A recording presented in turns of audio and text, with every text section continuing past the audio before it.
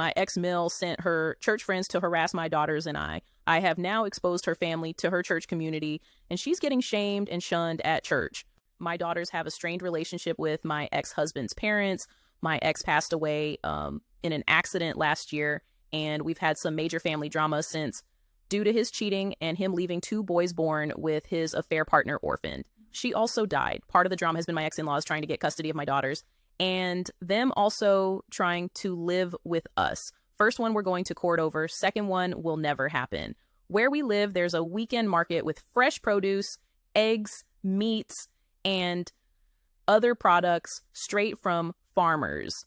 This week was extra special since it was my youngest birthday. Since her party is later in the month, I decided to give her a budget and set her loose on the market to get whatever she wanted.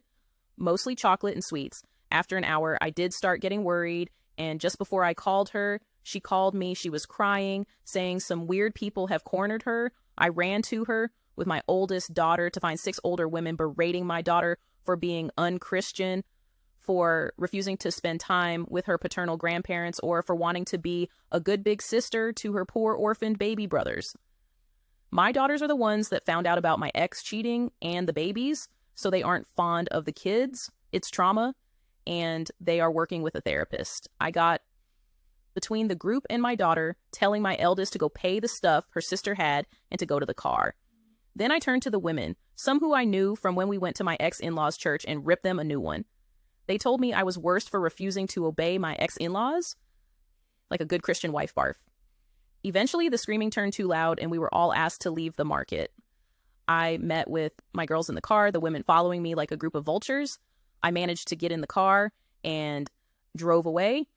After my girls went to bed, I got online to talk to another member of that church that I'm in good terms.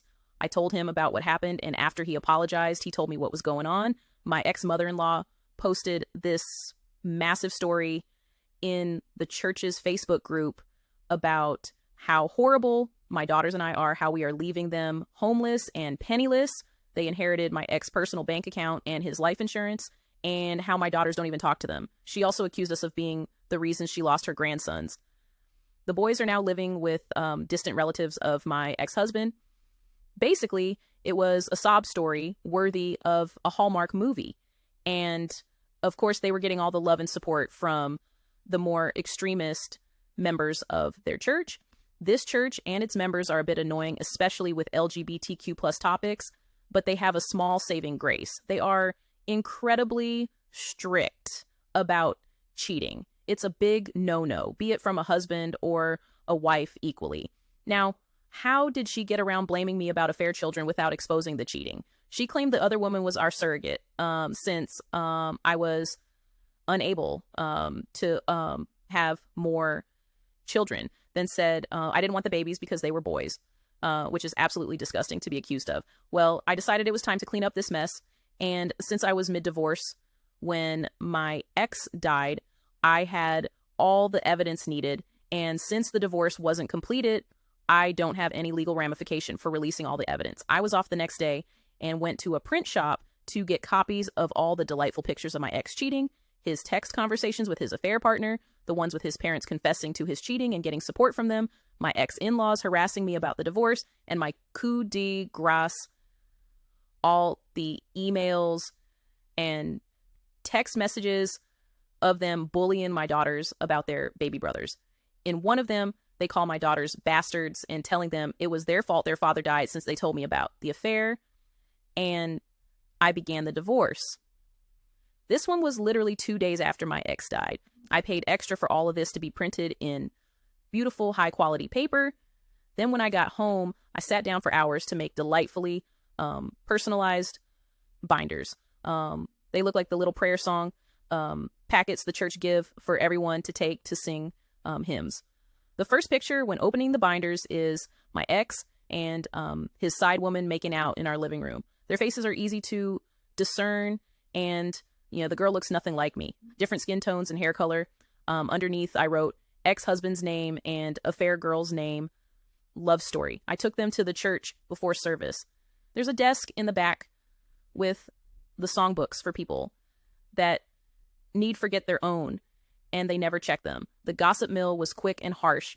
The names my ex and his affair partner got called in the Facebook were so bad the pastor himself had to get involved just to keep things relatively PG-13. People were angry at my ex-in-laws for their abuse to my daughters. But what made me laugh was that I was still in the wrong for the divorce. But it is understandable that I failed on my duties after the shock, and I possibly will one day return to the light, unlike my cheating husband and his Jezebel.